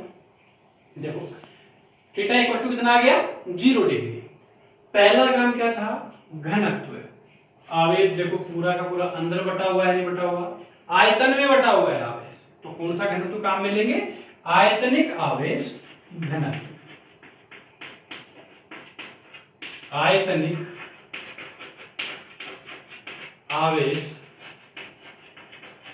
घनत्व, आयतनिक आवेश घनत्व। और क्या होगा आयतनिक आवेश घनत्व का मतलब, रो से लिखते हैं ना, Q अपॉन V। पता होगा ना आपको कि क्या होता है इसका फॉर्मूला, घनत्व का, आयतनिक आवेश घनत्व बराबर घनत्व बटे, सॉरी आवेश बटे आयतन। आवेश कितना है भाई, Q बटे में आयतन। इस अचालक गोले का आयतन कितना हो जाएगा, गोले का आयतन 4/3 पाई आर क्यूब। तो ये लो भाई 4/3 पाई आर क्यूब। कोई दिक्कत है यहां तक किसी को? इसके बाद में क्या करना है, वज्र गुणा कराते हैं, तो Q किससे मल्टीप्लाई हो गया, 1 से, तो इक्वल टू आपके पास ये कितना आ गया, रो इनटू ये कितना, देखो इससे मल्टीप्लाई होगा तो 4/3 पाई आर क्यूब। कोई दिक्कत है यहां तक? इसको बताओ इक्वेशन नंबर फर्स्ट बोल दूं क्या मैं, समझ जाओगे? इसके आगे देखो, विद्युत फ्लक्स की परिभाषा से दूसरा काम यही था ना मेरा, मैं वापस लिखता हूं, विद्युत फ्लक्स की परिभाषा से, जैसे ही आपने विद्युत फ्लक्स की परिभाषा लिखी, पाई ई इक्वल टू समाकलन ई डी एस कोस थीटा, क्या रहेगा, ई डी एस कोस थीटा। देखो थीटा की वैल्यू कितनी आ रही है भाई आपके पास, 0 डिग्री। मैंने भी लिख दिया यहाँ कितना, 0 डिग्री। तो आपके पास क्या आ गया, फाई ई इक्वल टू समाकलन ई डी एस कोस 0। समझ जाओगे यहां तक भाई? इसके आगे देखो, फाई ई इक्वल टू ई कोस, देखो ई डी एस कोस 0, कोस 0 की वैल्यू वापस 1 से मल्टीप्लाई करेंगे, ये का यही, तो ई कांस्टेंट है तो वो तो आ जाएगा बाहर, और समाकल में क्या बच गया आपके पास रबे ds। खूब बार पढ़ चुके हैं ऐसी अब बात। तो समाकलन ds की वैल्यू कितनी आएगी, गाउसियन पृष्ठ का क्षेत्रफल चाहिए ना, गोला है, गोले का क्षेत्रफल कितना होगा 4 पाई r स्क्वायर, तो इसका भी क्षेत्रफल कितना हो जाएगा 4 पाई r स्क्वायर। तो अब बताओ यहाँ से phi e equal to e into समाकलन ds की जगह क्या लिख देंगे 4 पाई r स्क्वायर। कोई दिक्कत है यहाँ तक? इसको बताओ समीकरण नंबर 2 दे दूं क्या मैं, समझ जाओगे यहाँ तक? इसके बाद में देखो अगला काम क्या करते थे हम, गाउस का नियम लगाते हैं ना, तो गाउस की प्रमेय से, गाउस की प्रमेय से जैसे ही आपने गाउस की प्रमेय लिखी तो बताओ phi E equal to Q परिबद्ध upon epsilon not. Phi E equal to कितना आ गया क्यू अपॉन में एप्सिलॉन नॉट। तो बताओ यहां से कितना आ गया भाई, phi E equal to Q की वैल्यू कितनी थी आपके पास, स्टार्टिंग में फाइंड कर चुके हैं, rho into 4/3 pi R cube. तो ये लो rho into 4/3 pi R cube upon में बताओ क्या चल जाएगा एप्सिलॉन नॉट। कोई दिक्कत है यहाँ तक? इसको मैं थोड़ा सा और लिख देता हूँ एक लाइन आगे, देखो phi E equal to rho into 4 pi R cube, और ये अपन में 3 है, इसको अपन में ले देता हूँ मैं 3 एप्सिलॉन नॉट। बताओ इक्वेशन नंबर 3 बोल दूं क्या मैं इसको, समझ जाओगे यहाँ तक? समीकरण 2 और 3 आ गया।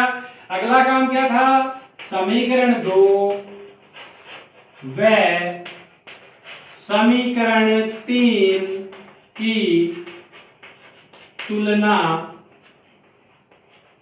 करने पर, जैसे ही समीकरण 2 और समीकरण 3 की तुलना की, देखो एलएचएस पार्ट सेम है, फाई ई, आरएचएस पार्ट कितना हो जाएगा E into 4 pi are square, इसका आरएचएस पार्ट कितना आ रहा है rho into 4 pi R cube upon 3 epsilon not. कोई दिक्कत? बताओ 4 पाई से 4 पाई काट दे, क्या कट जाएगा, तो आपके पास कितना आ गया E into R square equal to rho upon 3 epsilon naught into में बताओ आर क्यूब आ जाएगा, नहीं आ जाएगा, समझ जाओगे? इस आर स्क्वायर को उठा के बटे में भेज दे क्या, तो कितना आ जाएगा ये E equal to rho upon 3 epsilon not R cube upon R square. कोई दिक्कत है? यही होता है समीकरण ए, जो कि अचालक गोले के बाहर किसी भी बिंदु पर विद्युत क्षेत्र की तीव्रता को प्रदर्शित करता है। सदिश रूप में लिखना हो तो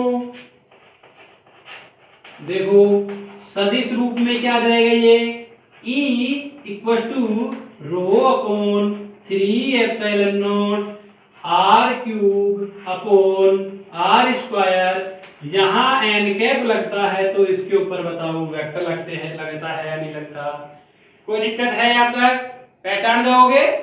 आगे देखो ग्राफ तो एक साथ बनाना है ही, अंदर की बात हो चुकी है, ये बाहर की बात हो चुकी है हमारे पास। अब गोले के पृष्ठ पे ले आएंगे इसको उठा के। देखो दूसरा पॉइंट क्या कह रहा हूं मैं,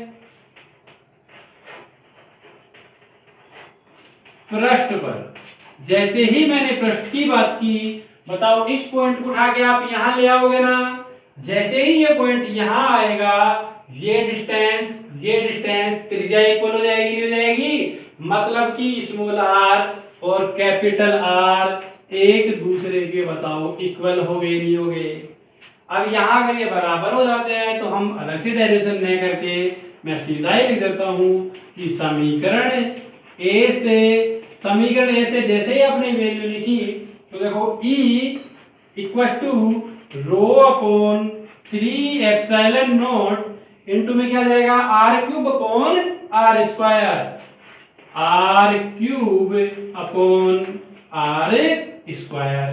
तो बताओ यहां से कितना आ जाएगा E equal to rho upon 3 R cube तो ऐसे कैसे है ही, अपोन में इसका स्मॉल आर की जगह क्या लिख देंगे कैपिटल आर, तो आर स्क्वायर क्यूब से बताओ ये कट जाएगा नहीं कट जाएगा। आपके पास क्या बच गया, ये सिर्फ E equal to rho upon 3 epsilon naught into में आर। समझ जाओगे यहां तक। समीकरण क्या बोल दूं मैं इसको, बी बोल देते हैं। कोई दिक्कत है भाई यहां तक। देखो इसके आगे तीसरी बात, अंदर किसी बिंदु, यानी कि हम क्या कह रहे हैं तीसरी बात में कि गोलीय कोश के अंदर किसी बिंदु पर, देखो वहां चित्र न बना के मैं उस चित्र को यही काम में लेता हूं ताकि मेरी डेरिवेशन वहां अच्छे से हो जाए बिना किसी को मिटाए, ठीक है ना। देखो एक बार,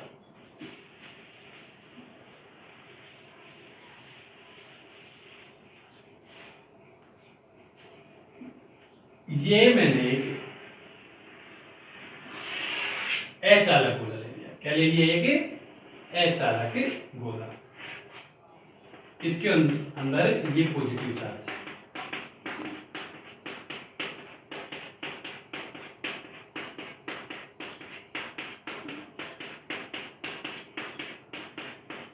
ठीक है यहां तक।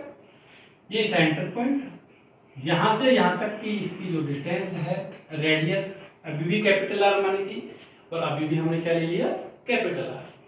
अंदर कोई बिंदु लेना है, यहां मैंने एक बिंदु की कल्पना कर ली, बिंदु P है जिसके लिए ये गाउसियन प्रश्न बना दिया हमने, ये लो भाई गाउसियन प्रश्न है, रेडियस कितनी है इसकी स्मॉल आर।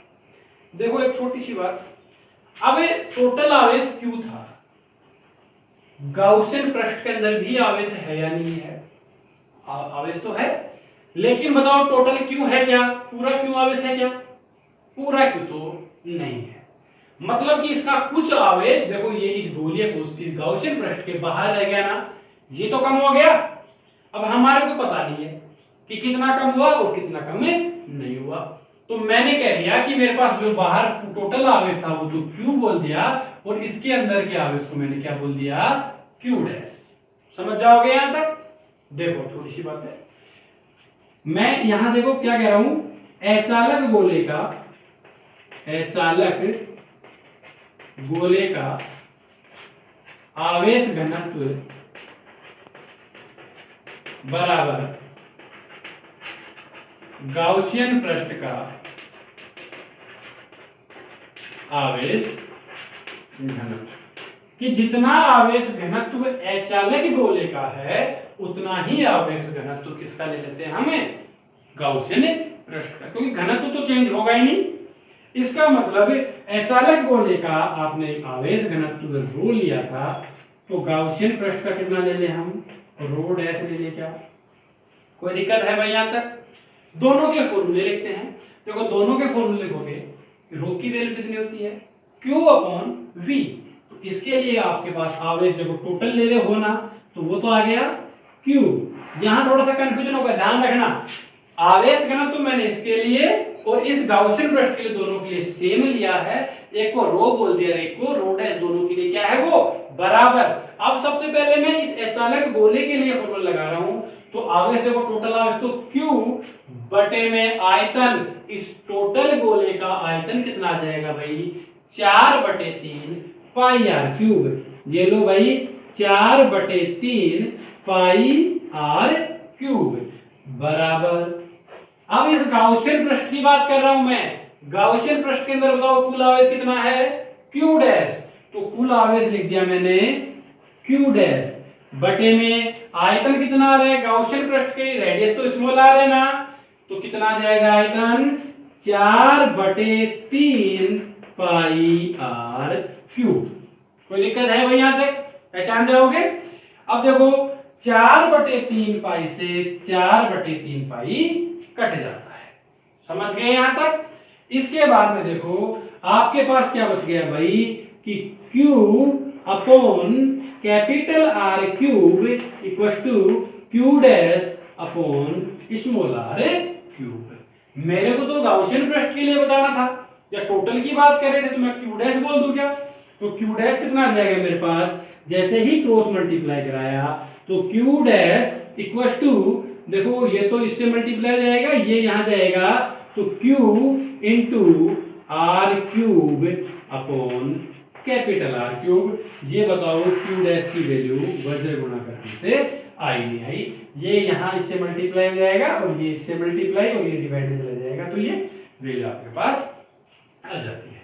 समीकरण नंबर मैंने इसको क्या कह दिया, 4। कोई दिक्कत है भाई? यहां तक पहचान जाओगे?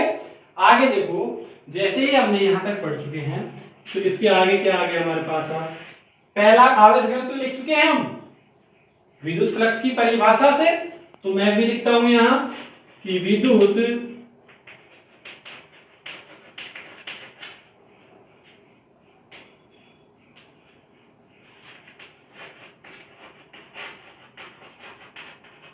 फ्लक्स की परिभाषा से। जैसे ही विद्युत फ्लक्स की परिभाषा लिखी तो फाई ई इक्वल टू समाकलन ई डी एस कोस थीटा।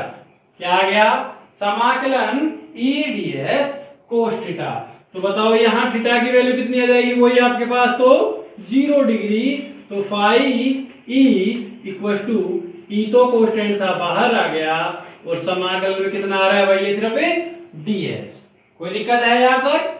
वो ये बताओ मेरे को कितना आएगा क्षेत्रफल आपके पास? समाकलन ds इक्वल टू 0। ठीक है ना यहां तक? आगे देखो, phi E equal to E into समाकलन ds की वैल्यू, सॉरी 0 नहीं, 4 पाई आर स्क्वायर।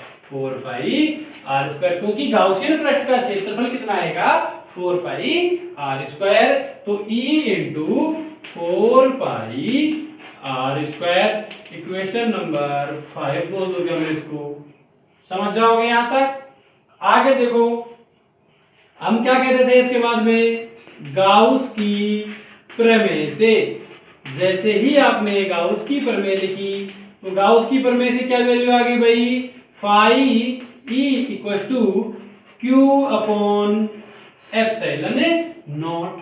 कितना वैल्यू आ गया आपके पास गाउस की प्रमेय से? Q अपॉन एप्सिलॉन नॉट। लेकिन यहां तो आवेश आपके पास बताओ Q डैश है या नहीं है? तो Q डैश बटे में कितना आ गया? Epsilon not. समझ जाओगे यहां तक? आगे देखो भाई, तो ये कितनी वैल्यू आ गई? Phi E equal to Q dash की वैल्यू देखना एक बार, Q into R cube upon R cube, Q into small R cube upon capital R cube, और बताओ बटे में एप्सिलॉन नॉट है या नहीं है?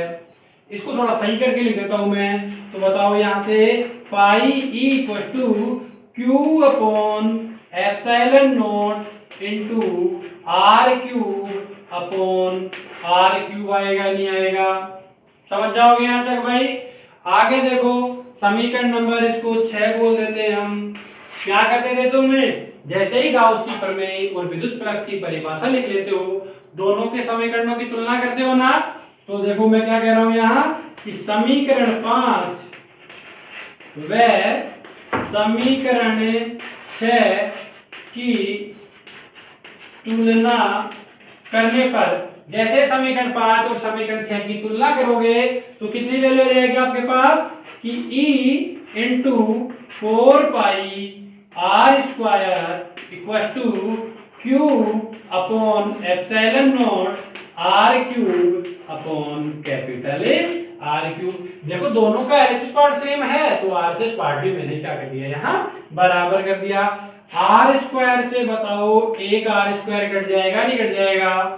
समझ गए यहां तक? तो बताओ यहां से कितना बच गया भाई? E into 4 pi equal to Q upon epsilon naught, और यहां कितना आ गया? R upon R cube. यहां तक कोई दिक्कत है?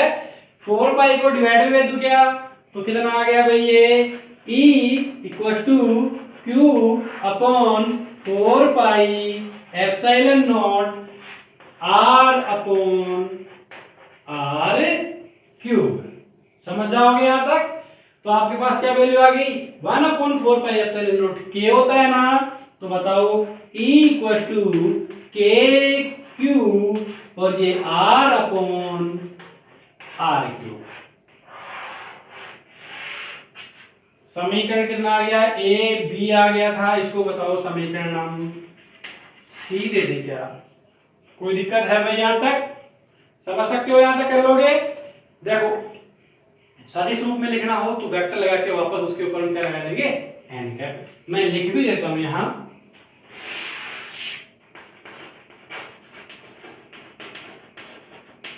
सदिश रूप में लिखने पर E बराबर के Q R upon R cube, इसके ऊपर वेक्टर और यहां एन कैप। सदिश रूप आ चुका है। अब देखो एक मिनट, एक छोटा सा काम और कर लेते हैं। जब हम इतनी बातें पढ़े हैं तो कई बार क्या करते हैं, कई बुक्स में जो यहां लास्ट का आंसर देखो क्यू में दे रखा है ना, ये देखो रो में आंसर था, ये देखो रो में आंसर था, और यहां आंसर रो में नहीं क्यू में आ रहा है। आप इतना कर सकते हो कि इस क्यू की वैल्यू जो है ना, वो क्यू की वैल्यू यहां से लिख सकते थे। ये काम और कर सकते हो आप, ठीक है ना? मैं चाहूं, मैं लिख देता हूं यहां,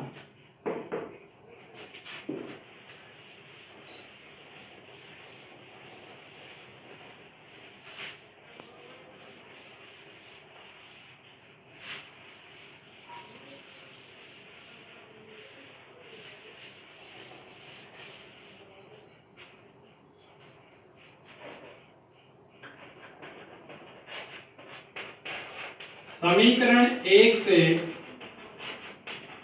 समीकरण सी में मान रखने पर, जैसे ही मान रखा आपने तो E इक्वल टू के, तो ऐसे कैसे है, या सीधा लिख देता हूं मैं के की जगह भी 1/4πε0 इंटू क्यू की जगह कितनी वैल्यू आ रही है? Rho into 4/3 pi R cube, साथ में क्या चल रहा है? आर अपॉन में R cube, small R upon में कैपिटल आर क्यूब। जो करते हैं उनको काटते हैं। देखो rho into 4/3 pi R cube और आर अपॉन में आर क्यूब। इस आर क्यूब से बताओ ये आर क्यूब कैंसिल हो जाएगा, 4 पाई से ये 4 पाई कैंसिल हो गया, कितना बच गया आपके पास? E इक्वल टू यहां आ गया rho upon 3 epsilon not, rho upon 3 epsilon naught into R. कोई दिक्कत है भाई? वहां समीकरण सी आ गया था, तो इसको समीकरण नंबर हम क्या बोल देते हैं? डी बोल देते हैं। समझ में आ गया यहां तक? अब देखो इतनी बातें पढ़ चुके हैं, ये यहां खत्म हो जाता है। अब हम ग्राफ और लिख लेते हैं इनके। देखो ग्राफ तीनों की कंडीशन लिखता हूं मैं, तीनों के फॉर्मूले लिखता हूं पहले एक बार। यहां क्या आ गया मेरे पास? बाहर के लिए मैंने मिटाया नहीं, इसीलिए कि E out equal to rho upon 3 epsilon not, rho upon 3 epsilon not R cube upon small R square. ये तो पहला इक्वेशन आ गया। सरफेस की बात कर रहे थे, समीकरण भी देखो रो आर अपॉन में 3 एप्सिलॉन नॉट, तो E on equal to rho R upon 3 epsilon naught. और आउट की बात कर लेते हैं, ये था तो देख लो out, E out equal to rho upon 3 epsilon naught into R. जैसे आप इस इक्वेशन को ले लोगे तो भी वही बात पड़ेगी, क्योंकि E की वैल्यू देख लो स्मॉल आर के तो डायरेक्टली प्रोपोर्शनल है।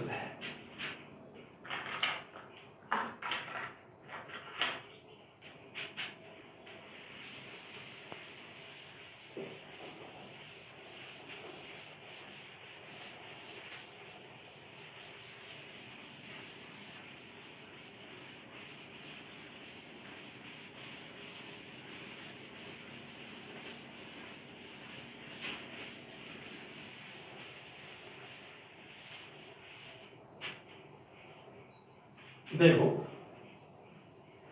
एक ग्राफ बनाते हैं, ये एक्स ले लिया भाई मैंने, एक एक्स हमने ये ले लिया, ये मिड पॉइंट है O, ठीक है ना। इस एक्सिस की तरफ हमने E ले लिया और इन एक्सिस की तरफ हमने क्या ले लिया भाई, R ले लिया। इधर भी जैसे R ले लो आप और इधर भी आप क्या लेते हो R। एक पॉइंट हम ऐसा मानते हैं, जैसे यहां मान लिया मैंने small r equal to capital R वाला, और यहां भी एक पॉइंट ऐसा ले लिया small r equal to capital R वाला। समझ में आ गया यहां तक। देखो पहले सरफेस की बात करते हैं, E on equal to rho r upon में 3 एप्सिलॉन नॉट। E की वैल्यू कहीं भी स्मॉल r के ऊपर डिपेंड करती है क्या, नहीं करती, तो इनके लिए ये वैल्यू कांस्टेंट है। समझ में आ गई यहां तक वैल्यू।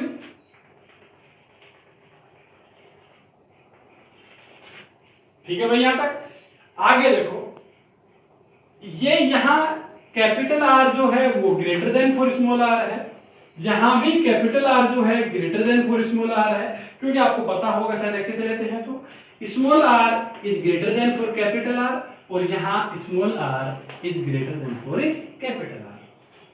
अब देखो यहां E आउट की बात कर रहे थे आप, आउट का मतलब बाहर, तो कैपिटल R की वैल्यू जो है वो स्मॉल r से छोटी होनी चाहिए, यानी कि स्मॉल r बड़ा होना चाहिए। ये आउट की बात है या नहीं है, आउट की बात यहां भी ये है और यहां भी क्या है, ये आउट की बात। अब देखो यहां आउट की बात करते हो तो E आउट की वैल्यू इनडायरेक्टली प्रोपोर्शनल है, इनडायरेक्टली प्रोपोर्शनल है ना R के। अगर ये इनडायरेक्टली प्रोपोर्शनल R है तो बताओ इनडायरेक्टली प्रोपोर्शनल का ग्राफ ऐसा आ जाएगा नहीं आ जाएगा, वही ग्राफ जैसा यहां इनडायरेक्टली प्रोपोर्शनल के लिए आया है वो का वो ग्राफ बताओ इधर भी आ जाएगा नहीं आ जाएगा। कोई दिक्कत है, सरफेस की ले ली, आउट की ले ली। अब इन और देखते हैं, ई सॉरी ये आउट था, ये इन की बात है, ई इन।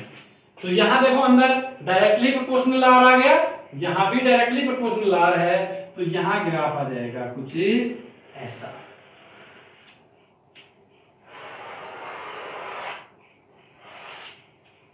ठीक है भाई यहां तक। जी हमारे पास इसके जो ग्राफ बनते हैं वो ग्राफ हमें बना चुके हैं आराम से। यहां तक कोई दिक्कत है, समझ जाओगे अच्छे से। अब देखो दो बातें और थोड़ी थोड़ी, मैंने इतनी बातें यहां तक कही है, थोड़ा सा वीडियो जरूर लंबा हुआ है, लेकिन जो मेरा पैटर्न था 6 की 6 डेरिवेशंस में, 6 के 6 एप्लीकेशंस में वो सेम था। तो आपको क्या करना है, डेरिवेशन नहीं रट के उसका तरीका याद रखना है कि क्या तरीका मैंने यहाँ काम लिया। अगर कोई टॉपिक समझ में नहीं आए आप वीडियो को रिपीट करके वापस देखिए, आपको समझ में आएगा। अगर फिर भी समझ में नहीं आता तो अपनी प्रॉब्लम व्हाट्सएप करो, मैं आंसर दूंगा।